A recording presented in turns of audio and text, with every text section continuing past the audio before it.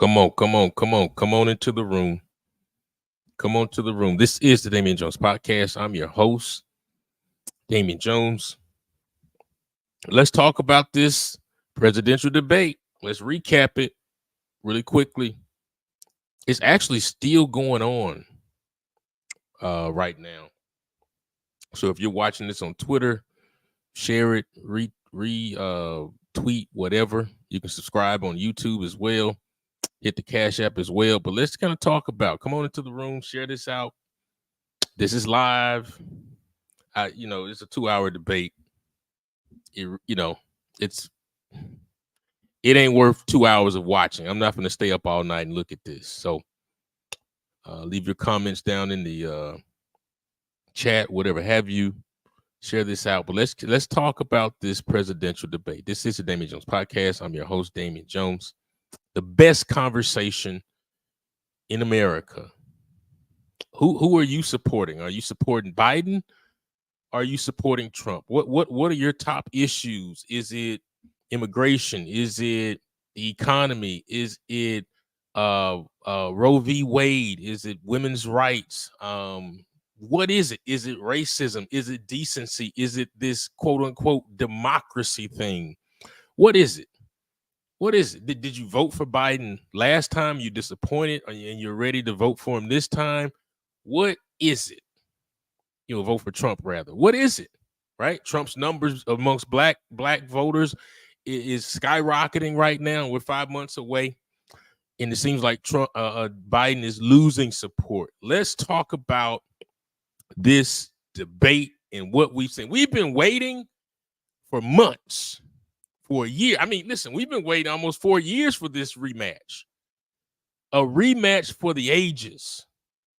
I don't know if we'll see another debate after this one, but this is a rematch that we've been waiting for. And by golly, we got what we were looking for, what we were anticipating. I was excited. I've been on pins and needles for 4 years now. So much has happened in 4 years. So much has happened in 4 years. You know, I remember when I came out as a Trump supporter, I got excoriated. I got talked about. Friends distanced themselves from me, all because I wanted to support Trump.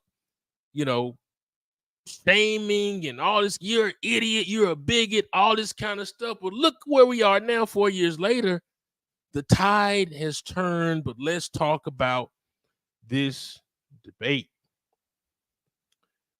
Tweet it out. Send a link out. Get some folk into the room. Look like we got 80 something. Let's get 100 some people in here in the Damien Jones podcast as we recap the CNN presidential debate. I know the debate is not over, but in my mind it's over. I'm not going to sit up all night and watch them talk about frivolous topics at this point. I got what I needed to give a recap. If I miss anything, y'all let me know. Hit that cash out, RevDamienJones, when you can. I love doing this. I love having these conversations with you. Tell me what you liked about it. What was your favorite part? Were you disappointed in your candidate? Were you excited about the performance of your candidate? Maybe you don't have a candidate. Maybe you're just in the middle right now as an independent and trying to figure out. Maybe you've been a Trump or a Republican. You're like, I want to do something different this time. I'm open. Maybe you've been a lifelong Democrat and you're frustrated with Joe Biden and what the Democrats have put forward. You're like, I'm in the middle. I want to see something. Maybe this debate can sway me in this way. So let's talk about it. I wrote a couple notes. Give me a second. I want to put this YouTube link up on Facebook so my Facebook people can see it and jump in this room and follow us as well. Man, come on, invite some people into the room. We're going to have a good the best conversation, not babble, not uninformed dribble. We're going to have a real conversation because I don't waste time unless it's a real conversation. You know what? I ain't got time to do all that. I'll do that in the morning. I'll drop it on Facebook in the morning. I'll drop the YouTube link on Facebook in the morning. So let's talk about what I first saw. And I don't have time to put up videos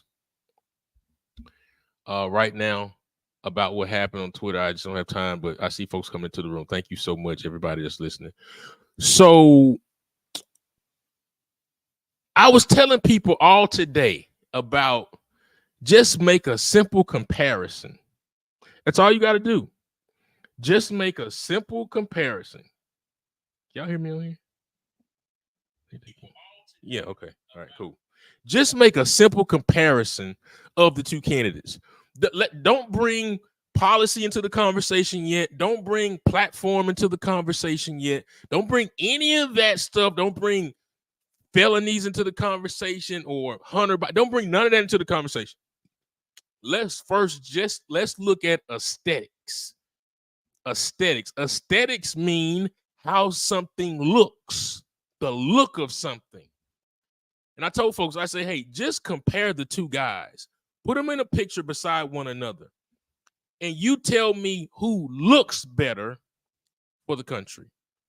You tell me who looks stronger for the country. Right? We are the greatest, richest, most powerful superpower on the earth.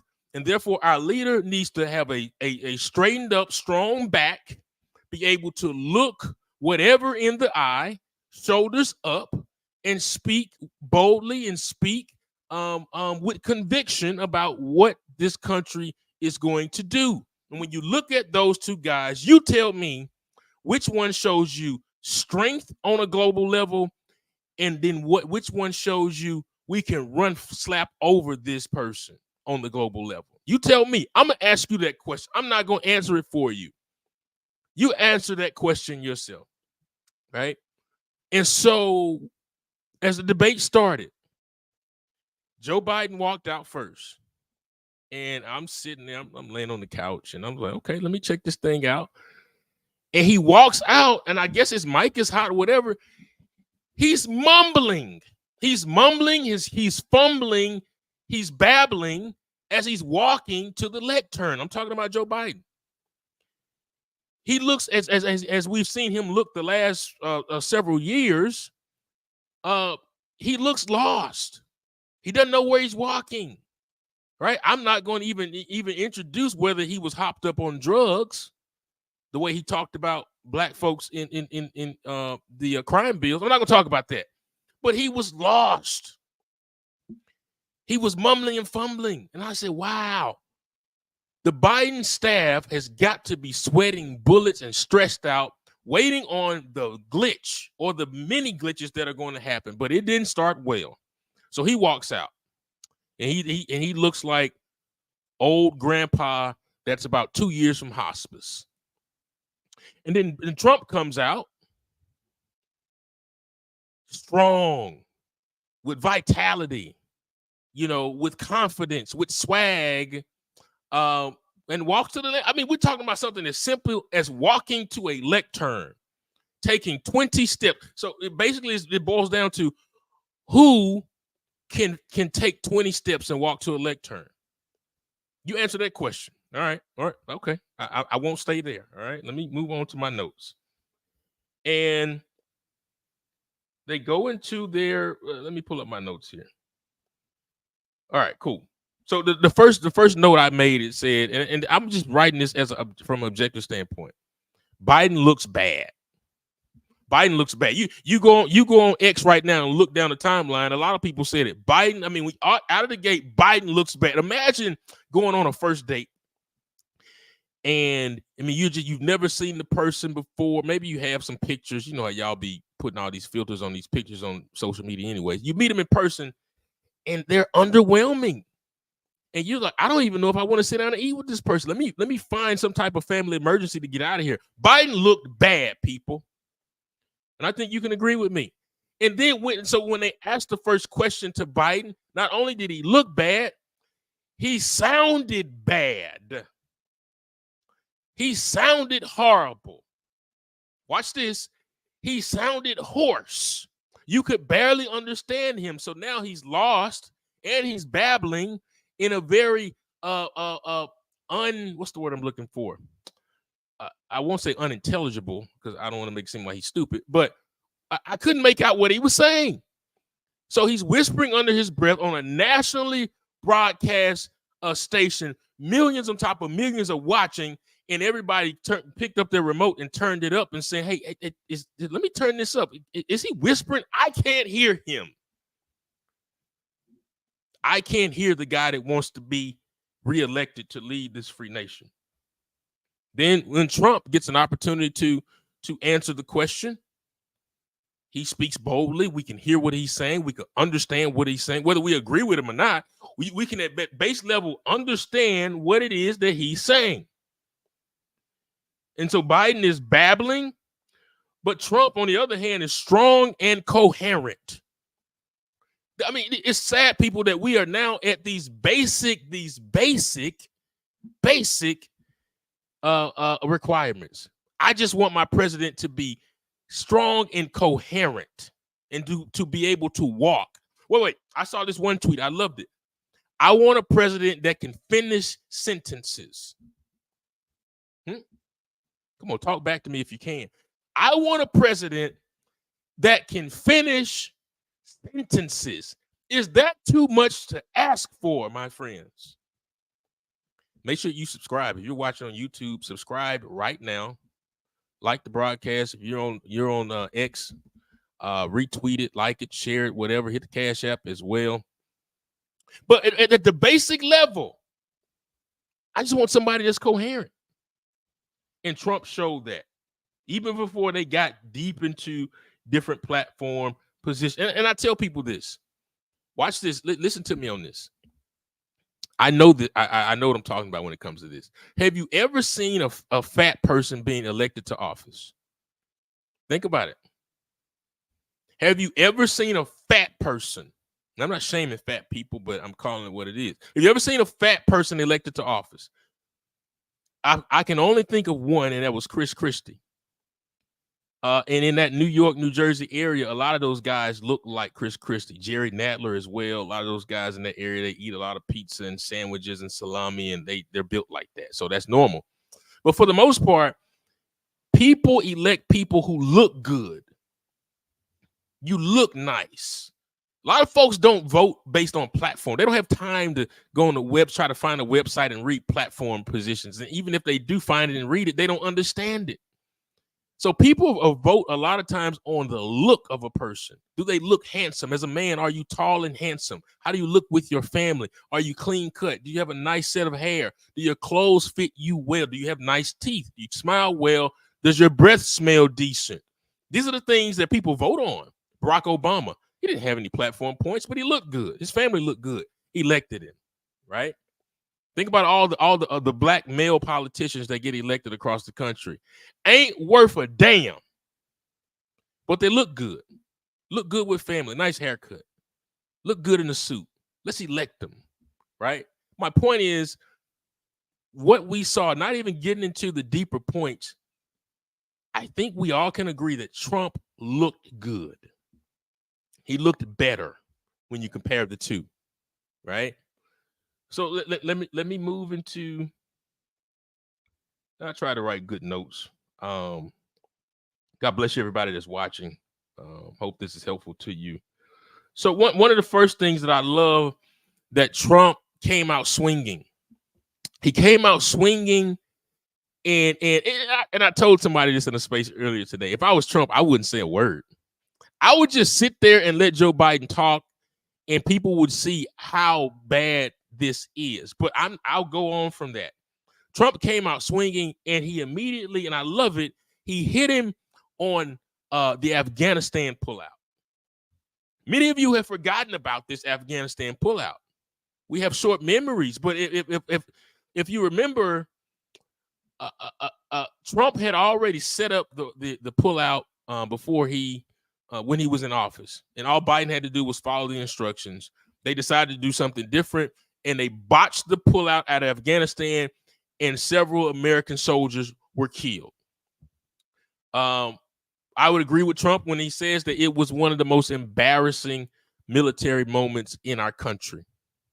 It was a very negligent decision for the Biden administration to lead the military to pull out in that way. It was just a poor decision.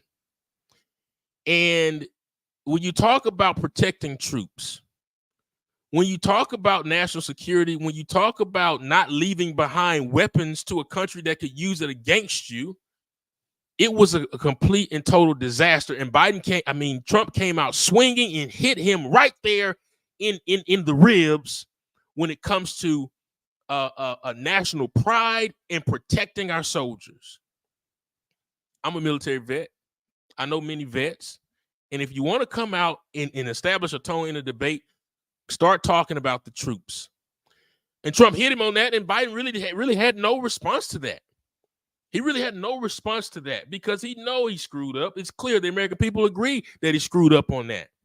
And so he came out and just gave him a quick jab there. Not nothing too bad, but just a jab. And I think what we saw tonight was just like the death by 1,000 cuts. Death by 1,000 cuts here. Then Trump goes on, and it was clever. Listen, let me say this: the Trump staff and debate preparation team did a great job. And I'm gonna tell you in a few minutes one of the things I was most impressed about, and how they prepared Trump. But I'll get there.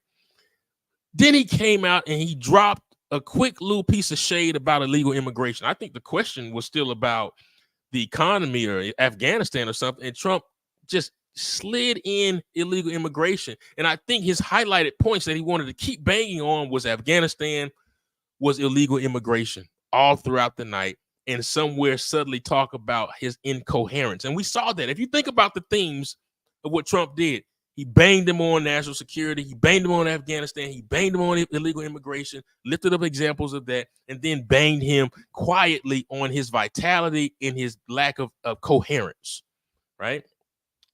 And so then he talked about illegal immigration a little bit, right? This is Damien Jones podcast, the best conversation in America.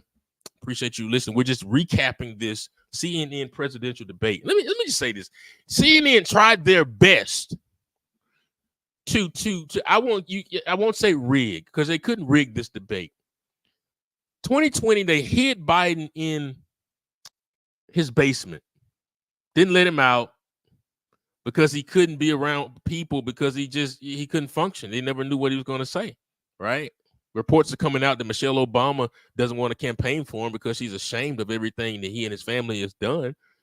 But they say, hey, you got to cut the mics off at this point, no audience and things of that nature, right? All these things, they put the press across the street. The press couldn't even be in the building. They put the press across the street along with a 2-minute delay because they knew Biden was going to glitch out and maybe pass out. Right. And they didn't want the reporters reporting on that in real time. Tweeting right now, real time, President Biden has passed out and is glitching and does not remember his name. Things of that nature. Right. So they tried to rig it. But where am I? All right, here we go. So then so now Biden goes to answer some question. I forgot what the question was. Y'all can tell me and remind me. And then Biden we knew it was coming. He totally blanks out.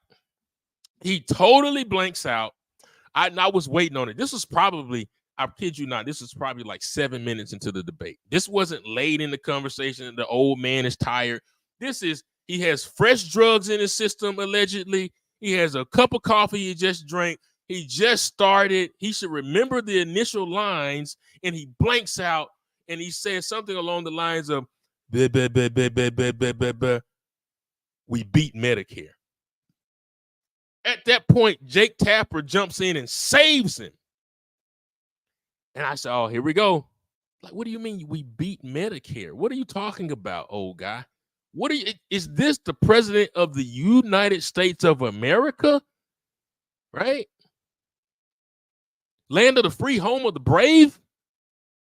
This is the guy that has the nuclear codes. This is the guy that's in charge of leading our country and our economy in closing and securing our borders. This is the guy. Man, so he totally blanks out, and I'm sure everybody in America was like, "Oh my God!" Biden staff sweating bullets, going crazy. Everybody, Trump supporters excited and laughing about it. Most of America was laughing, right? Our global enemies laughing at the performance of our president right now, who's blanking out and can't finish basic sentences, right? All right, okay, I'll move on past that. All right, I won't beat up on the old guy. Okay, so I thought Trump answered his questions. Now, one of the things they want to try to slip Trump up on was Roe v. Wade and this question about abortion and women's reproductive rights. They want to try to trip him up. They want to say Roe v. Wade and he's a bigot and his conservative court is infringing on a woman's right to choose and all those different things. Let me tell you something, right? Abortion is murder. It's flat out murder of children, no matter what color those children are, background, whatever. We know this disproportionately affects Black children, but abortion is murder. And when you peel back to it, you're talking about women's rights. What about the rights of that child? What about the dreams and aspirations of that child, right? That child will never achieve his aspiration to be a doctor, lawyer, NBA player, a tech executive, president, whatever they want to do. They'll never achieve it because somebody killed them. Somebody murdered them. That's what abortion is. So they try to trip Trump up on that and say, different bans that he won't sign, things of that nature. And what Trump said was great. He said, hey, we pushed it back to the states. Let the states decide. What happened to states' rights in this country? See, America is not a tyrannical government. We don't control the states. So the states have their own choices to do what they want to do on this question of abortion. And that's what overturning Roe did, right? So so Democrats will lie to you and say, oh, they're infringing on democracy. No, there's nothing more democratic than sending that question back to all 50 states and say, you and your local legislator decide how you want to go forth on this question of abortion and women's reproductive rights. But if we really want to be technical and be honest about it, it's also the rights of an unborn child that has a heartbeat in most cases.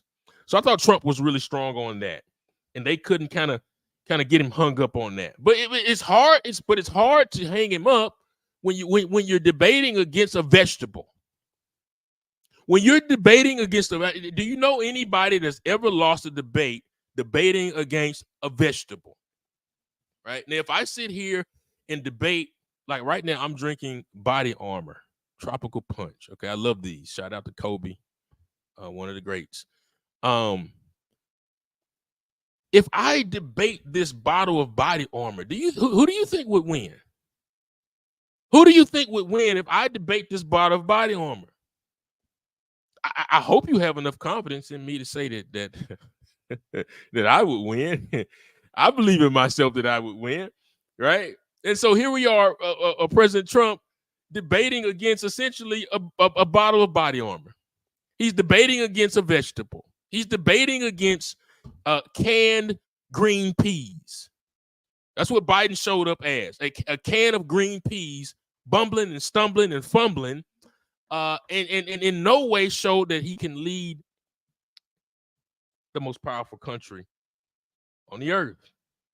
Come on, y'all, talk back to me if you can. Tell me what you think. I mean, am I right about this? How did Biden show up for you?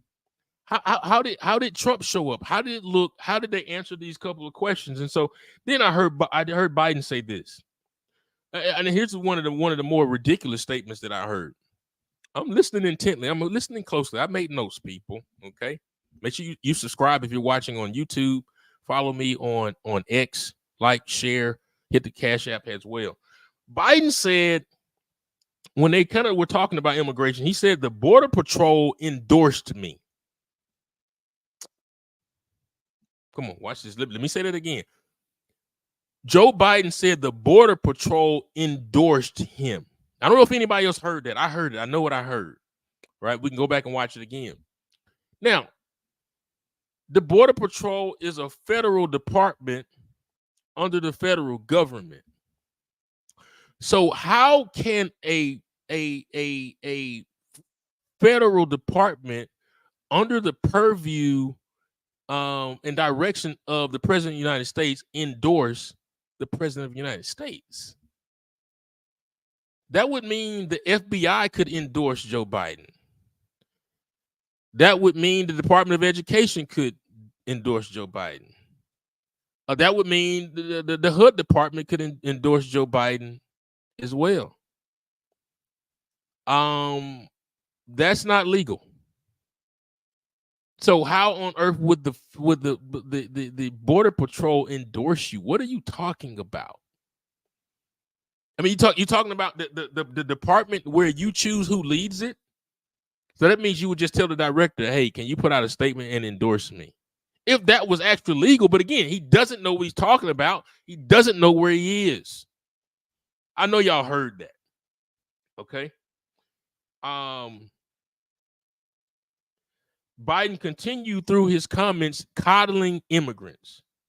Now, here's the thing. Now, you have in Houston, you had some illegal immigrants brutally raped, and murdered a 12-year-old girl, dropped her body in the bayou. Okay. Then you had a situation in New York, somewhere in Syracuse, where illegal immigrants also killed somebody, put their body in the woods.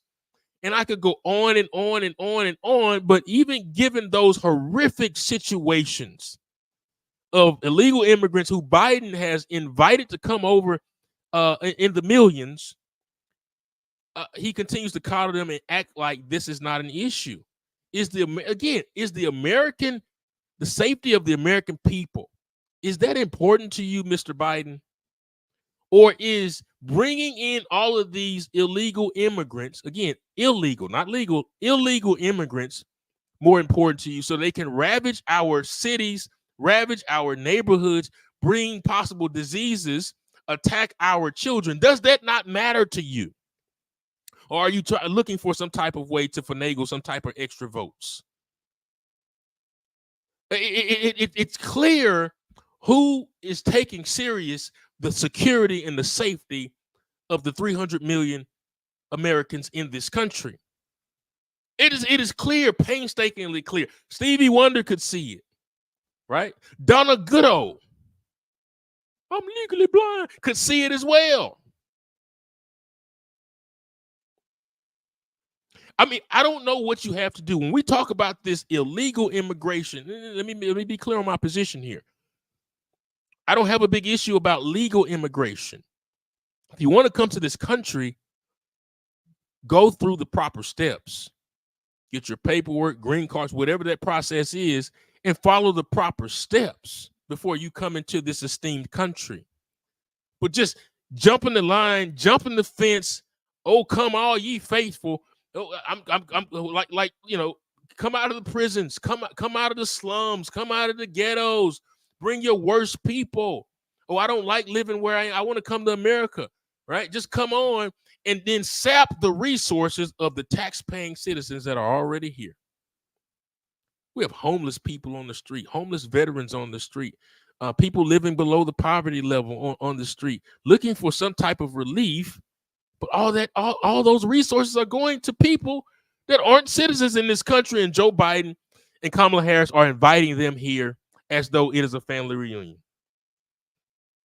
Who looked stronger and who looked like they were ready to lead this country?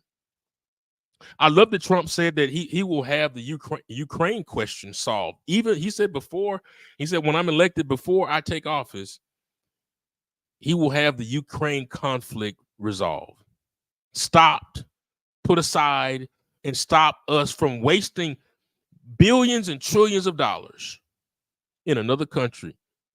Joe Biden said that they are paying pensions, 401ks for people in Ukraine. I can walk through my neighborhood and show you 10 people in my neighborhood that don't have a 401k. What about those Americans? But you want to pay 401ks and make sure people live good in Ukraine. It's awful, people. It is absolutely awful. The person that we have sitting in the Oval Office. But here it is. Here it is. Here it is. Hey, I'm gonna tell you, this is my favorite part. This is my favorite part of the entire debate. Favorite part. Watch this. You knew it was coming. Let me take a sip of this body armor. I've been sitting here yelling for 30 minutes. God bless you all for listening to me. I get worked up, man. I care about this country. I care about the American people. You know, I pay taxes. I pay a lot of taxes in this country. So I give a damn. You hear me? And so this is my favorite part. We knew the question of January 6th was coming. Jake Tapper, Dana Bash. We know how they lean. We know whose side they're on. We knew the possible gotcha question of January 6th was coming. Here we are 4 years later. There have been much discussion. People have been tried and convicted. You know, unfortunately, some people were killed as it relates to January 6th. But here's the question on J6 to President Trump. And Jake Tapper asked his whatever question, blah, blah, blah, blah, January 6th. He said, I think he said, what do you say to the Americans who believe that you incited a riot or incited an insurrection? Something like that. Man. So as a political junkie, as a former body man, as a former outreach director, all those different things, I'm a consultant. You know, as a junkie of politics and logistics and debate prep and candidate direction, I had goosebumps watching Trump's response to that. I absolutely had goosebumps, man. Like when I tell you this debate ended probably 25 minutes into it. They said, what about J6? Man, listen, Trump said, you remember this? Trump said on January 6th, we had a great economy. On January 6th, our country was safer. On January 6th, we were respected across the globe by our peers. On January 6th, we had the immigration question under control. On January 6th, criminal justice reform had happened. By January 6th, Trump tax cuts affected more so the middle class, right? And so he laid out and lined up and showed how all the things that were intact and doing well on J6 under the Trump administration. And the parallel that he made is that once Biden became president, I think January 21, it all came tumbling down. When you talk about pivoting from a PR standpoint, it doesn't get any better, my friends, than that. It doesn't get any better than taking an issue that could be problematic, that could trip you up, and turning it around on its head and making your naysayers scratch their head like, hey, okay, where do we go now? He got us. He didn't fumble over it. He didn't try to defend it or anything like that. He just said, hey, on J6, under my administration, we were balling. But on J22, America began to crumble. Our safety crumbled. Our economy crumbled. Our respect across the globe crumbled. That was my favorite part and my favorite answer by Trump.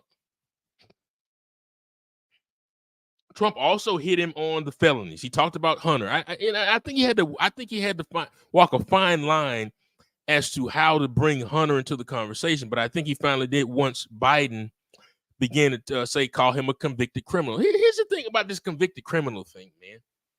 Listen, I'm a convicted criminal, right? Trump's a convicted criminal. We have convicted criminals in our families. Our uncles, our aunts, our mothers, our fathers, our children, friends that have done things and made mistakes. So do we walk around just calling them convicted criminals? hey, you convicted criminal, come give me a hug. Like, no. So, but then the Democrats say that they're the party of criminal justice reform and giving people. I thought America was about second chances. So this same party that say that they want to help those that are formerly incarcerated, but then they're calling somebody a criminal as though it's a bad thing, right? I mean, don't get me wrong, criminality is a bad thing, but what Trump is convicted of is white collar, didn't hurt anybody, nonviolent things of that nature, right? But how would okay? So we start calling Hunter Biden a criminal in every turn? Is that what they call him around the dinner table at the Biden residence? Everybody, come on, let's eat some food: chicken, oxtails, macaroni and cheese, green beans. Hey, convicted criminal Hunter, can you pass the napkins, please? Thank you so much. Is that how they refer to him? So it's weird that they do that, but then Trump came and hit him back and said, hey, your son's a convicted criminal, a felon, right? And he's probably going to be convicted on several more things before the year is out. So I like that he hit him there. Again, Biden had no response to that. Last couple things, and I'm going to get out of here. Told you, I ain't going to be up all night with this. We ain't got to talk about this all day because it's very clear what happened. It's very clear who's the best person to lead the country, right? If you haven't made your mind up by now about who you voting for in 24, all right, I'm making a joke right now, y'all, then you ain't black. All right? Y'all remember that? Okay. But I know there are a lot of people that are on the fence right now that are in the middle as independents, frustrated with the Democratic Party, maybe frustrated with the Republican Party. You're in the middle, and you're looking for some decisive factors, some decisive platform points, maybe a look, something that could help you make your decision. Hey, you got time. You got time, and you can listen to me because I'll tell you which way to go. But I'll do it in a way where I'm laying out unbiased facts and information, right? And that's what we tried to do in this conversation. Okay, then the question came up toward the last few minutes of the first hour about Black Americans. Simply the question was, what have you done for Black Americans? Right? And Biden gets the question first. I think they want him to set the tone as though he's done more for Black Americans. Biden hasn't done anything for Black Americans. Let me tell you something. A Juneteenth holiday ain't doing nothing for me. Nothing. I don't want symbolism. I don't want a Juneteenth holiday. Biden hasn't done anything for Black Americans. You want to know what he's done for Black Americans? He decimated their lives by way of the 88 and 92 crime bill. That's what he did for Black Americans, right? If we want to be honest and frank about it. But when he answered the question, again, I really don't know what he said, people. I'm sorry. I wish I could give you some analysis on what Biden said, but I couldn't understand him. I couldn't make out what he said. He was fumbling and bumbling and babbling and dribbling, and I couldn't understand him. He was whispering. I don't know if that was the corn pop in him. Maybe he was talking to corn pop in his head. You know, corn pop was a bad dude. And it seems like Biden is too. So I don't know actually what he said about his what he did for Black Americans. And if I didn't hear him, because I got bad hearing. So my TV was on like the loudest and I still couldn't hear him. So I know y'all didn't hear him either. If y'all had heard what he said, tell me later, tweet at me or something. I don't know. Because I have no idea what he said. But he fumbled and bumbled. It really doesn't matter because he ain't done nothing anyway. It was a lot of malarkey. However, Trump spoke to what he did in a coherent, in a bold way, in a clear way. And I think we all kind of know some of the things that he's done with the First Step Act. We talk about the PPP loans and helping Black businesses with their seed money and get off the ground. You saw a lot of that during COVID. Black-owned businesses, the creation of Black-owned businesses and their sustainability skyrocketed because of the Trump administration, right? We talk about the First Step Act and getting those folks out of prison that have been in there for nonviolent offenses by way of the 92 and 88 crime bills. Grandmothers sitting in jail for 30 years for nonviolent offenses, right? When you talk about the Trump tax cuts, the lie that people tell you it was only for the rich, lie.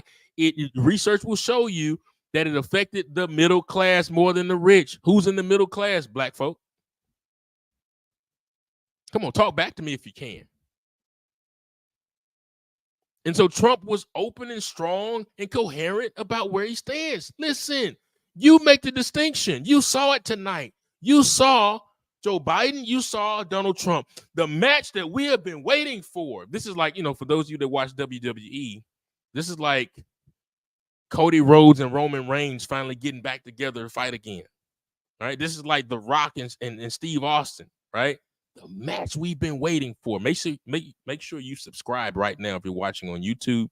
If you're watching on X, make sure you give me a like and follow me as well. Hit the Cash App as well. But you saw the parallels, right? If you were on the fence going into this into this debate, I think it's very clear. I think your decision ought to be made up. Throw out platform, throw out policy. Just who looks like they can finish a sentence? Well, who showed you they can finish a sentence and who can't? Who showed you that they can walk 25 steps? Right? Who showed you? Let's just say, hey, the president needs to get go in battle and like the old days and get nitty gritty. We know who can possibly do that and who can't. Who can make decisions for this country? It's painstakingly clear how this country should move. I agree with President Trump when he said tonight that Joe Biden is the worst president in history. I would agree, at least the worst of my lifetime. Some say Jimmy Carter was the worst. All right, I can understand that, but now that I see what I'm seeing here, Jimmy, and I'm reading the historical record about Jimmy Carter in that time, Jimmy Carter ain't as bad as Joe Biden. No. I would say Joe Biden may be the worst president since Andrew Johnson. Yeah. I feel good about that. Joe Biden's the worst president in United States history, and we have a right as citizens, tax-paying citizens, to get him out of the Oval Office as soon as possible. Make sure you follow me on X at Noble Negro. Hit that Cash App as well. I appreciate this conversation. I hope that this was a great recap for you to just kind of walk through what we saw. Maybe I said something that you didn't notice. You can tell me something that you didn't notice that I didn't notice, and you can tell me about it. But this is the best conversation in America. Damien Jones Podcast.